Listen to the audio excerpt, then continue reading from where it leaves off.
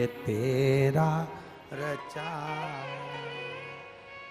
Corona आया, लोग घबराए, कोरोना में लोग अपने घर के अंदर बैठे रहे, बहुत भय में थे, कष्ट में थे, रोग से ग्रसित थे। पर मुझे लगता है कोरोना महादेव ने शिव महापुराण का प्रभाव दिखाने के लिए जिसने सुना, कोरोना की बीमारी उसके घर तक पहुंची पर उसके घर में आंच नहीं आने दी। मेरे महादेव बचा कर रखे।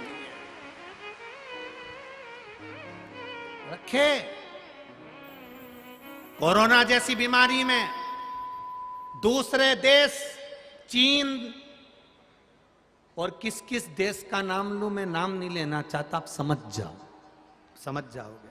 चीन जैसे ऐसे ना जाने कितने देश और हमारे पड़ोस के भी ना जाने कितने देश जो उचक रहे थे धन और वैभव में, जहां से लोगों ने देखा कोरोना कोरोना कोरोना चारों तरफ फैला था, मेरे भारत में भी आया।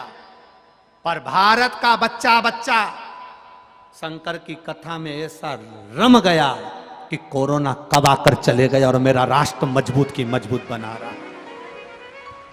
आज भी दूसरे राष्ट्र रो रहे हैं, कर्जे में डूबे हैं, और आज भी लाखों लोग उनके मर रहे हैं और उबर नहीं पा रहे, कर्जे में डूबते चले जा रहे, भूखमरी आ रही है।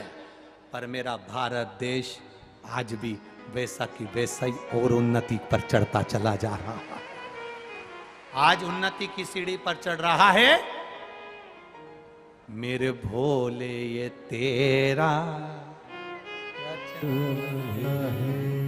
कल युग में शिव युग आया है, मेरे भोले ये तेरा छाया। जिस राष्ट्र की भूमि पर, जिस देश में शिव महापुराण की कथा निरंतर चलती है, चाहे टीवी के माध्यम से चले, मोबाइल के माध्यम से चले, घर में एक एक कॉलोनी में, एक एक मल्टी में अगर दो लोग भी, दो परिवार के व्यक्ति भी अगर कथा सुन रहे हैं, दुकानों पर अगर शिव महापुराण की कथा, नगर में, शहर में, भारत की भूमि पर कहीं ना कहीं शिव कथा अगर हो रही है, समझ लेना उस राष्ट्र को कोई नहीं दबा सकता, क्योंकि उसका हाथ महादेव ने पकड़ कर रखा है।